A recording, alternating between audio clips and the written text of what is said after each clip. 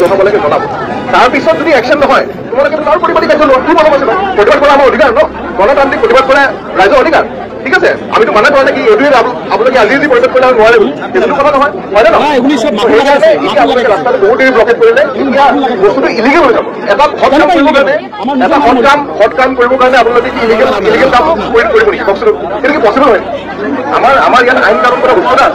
আমি সেইটো ৰেচপেক্ট কৰিব লাগিব হয় নে নহয় আপোনালোকৰ যোনটো পাৰ্পজ যোনটো আপোনালোকৰ হেৰি এজেণ্ডা একদম ভেলিড এজেণ্ডা তাত কোনো আমাৰ মানে ক'ব লগা একো নাই বা ডিচি অফিচত ক'ব লগা আছে না পুলিচত ক'ব লগা আছে কিন্তু আপোনালোকে যোনটো প্ৰচেছ কৰিছে সেইটো প্ৰচেছ যদি এনেকৈ ফ'ল' কৰি থাকে তেতিয়া আপোনাৰ কষ্ট হ'ব পাব্লিকৰ কষ্ট হ'ব আইন ভংগ হ'ব সেইকাৰণে মই ৰিকুৱেষ্ট কৰিছোঁ আপোনালোকে যদি প্ৰটেষ্ট কৰিব মানে চাইডত ধৰক আমি তাতো আমি হেল্প কৰিম কিন্তু ৰাস্তা ব্লক কৰিব ঠিক আছে মেমৰিয়াম যদি দিব লগা আছে এখেত আছে চাৰ্কেল অফিচৰ আহি আছে চাৰ্কেল অফিচক দিয়ক সেইকাৰণে ডিচিছনক জনাব তাৰপিছত যদি আপোনালোকে এটা টাইম সীমা বান্ধি দিয়ক ইমান দিনত যদি আপোনালোকে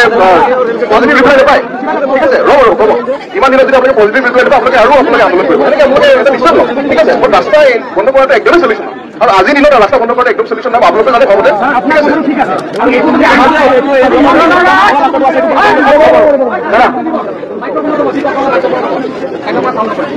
এতিয়া ছাৰ আপুনি যিটো কৈছে আমি শুনিলোঁ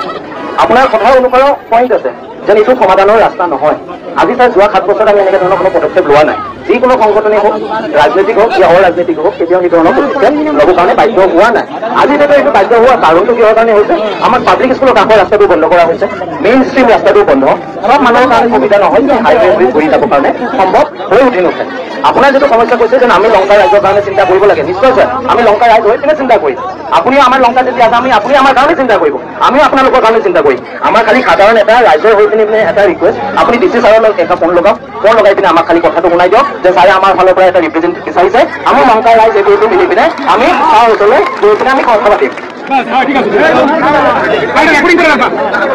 আৰু এটা কথা ক'ব আছিলে আৰু এটা কথা আছিলে আপোনাৰ যোনখন ব্ৰিজ